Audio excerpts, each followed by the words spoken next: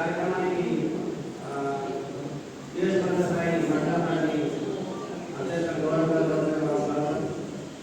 ఇప్పుడు ఈ సమావేశం చేసి ప్రముఖ వ్యాపారవేత్త మన అంబేద్కర్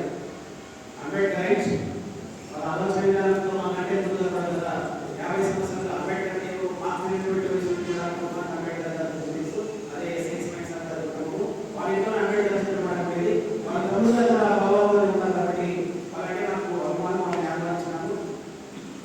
ఇప్పుడు సంప్రదించే వాళ్ళు మాట్లాడుతున్నాం.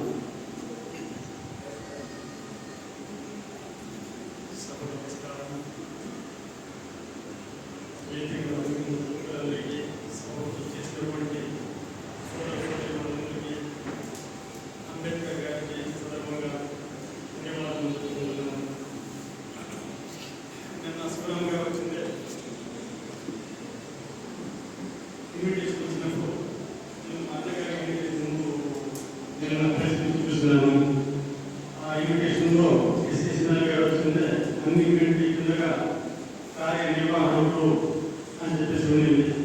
ప్రస్తుతం పని మన శివరామి సీఎం గారు వీళ్ళందరూ కూడా వాళ్ళ పిల్లలుగా మోసుకునేసి అంబేద్కర్ గారికి నిత్యం స్మరించుకుంటున్నాను. ఇంతకు ముందు వచ్చిన అంబేద్కర్ గారి గురించి మా సోదరులు మా సార్ గారు చాలా చక్కగా చెప్పినారు. అన్ని విషయాలు వాళ్ళ ద్వారా తెలిసింది.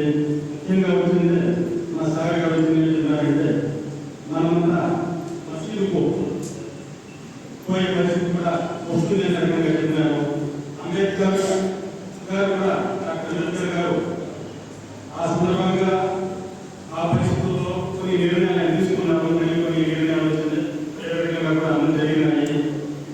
చాలా మంది ఇక్కడ వచ్చిందే మాట్లాడేవారు ఉన్నారు. నేను కొన్ని విషయాలు మాత్రం చెప్పి స్లోగన్స్ చెప్పి నేను నా ప్రసంగం తీసుకున్నాను.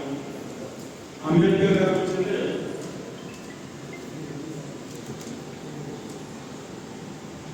అంబేద్కర్ గారు సౌకర్యాలు జన్మించలేదు, కష్టాలు జన్మించారు. ఆయన గొప్పతనం ఏమిటంటే ఆ కష్టాలు విధిగా అంగీకరించలేదు, వాటిని సవాలు చేశారు, వాటిని జయించారు. కోట్లాది మంది కొత్త దారి చూపించారు. ఆయన జీవితం మనకు ఒక గొప్ప సందేశం. విద్య మన ఆయుధం, ఆత్మగౌరవం మన హక్కు, సమానత్వం మన జన్మ హక్కు. అంబేద్కర్ గారు రచించిన రాజ్యాంగం కేవలం ఒక పుస్తకం కాదు, అది ప్రతి భారతీయుడికి ఇచ్చిన ఒక హామీ. ఎవరైనా సరే వారి స్థితి స్థానం ఏమిటైనా సరే చట్టం ముందు సమానమే. కానీ మనం మనస్ఫూర్తిగా ప్రశ్న అడగాలి, ఆ హామీని మనం నిజంగా మనం నిలబెట్టామా?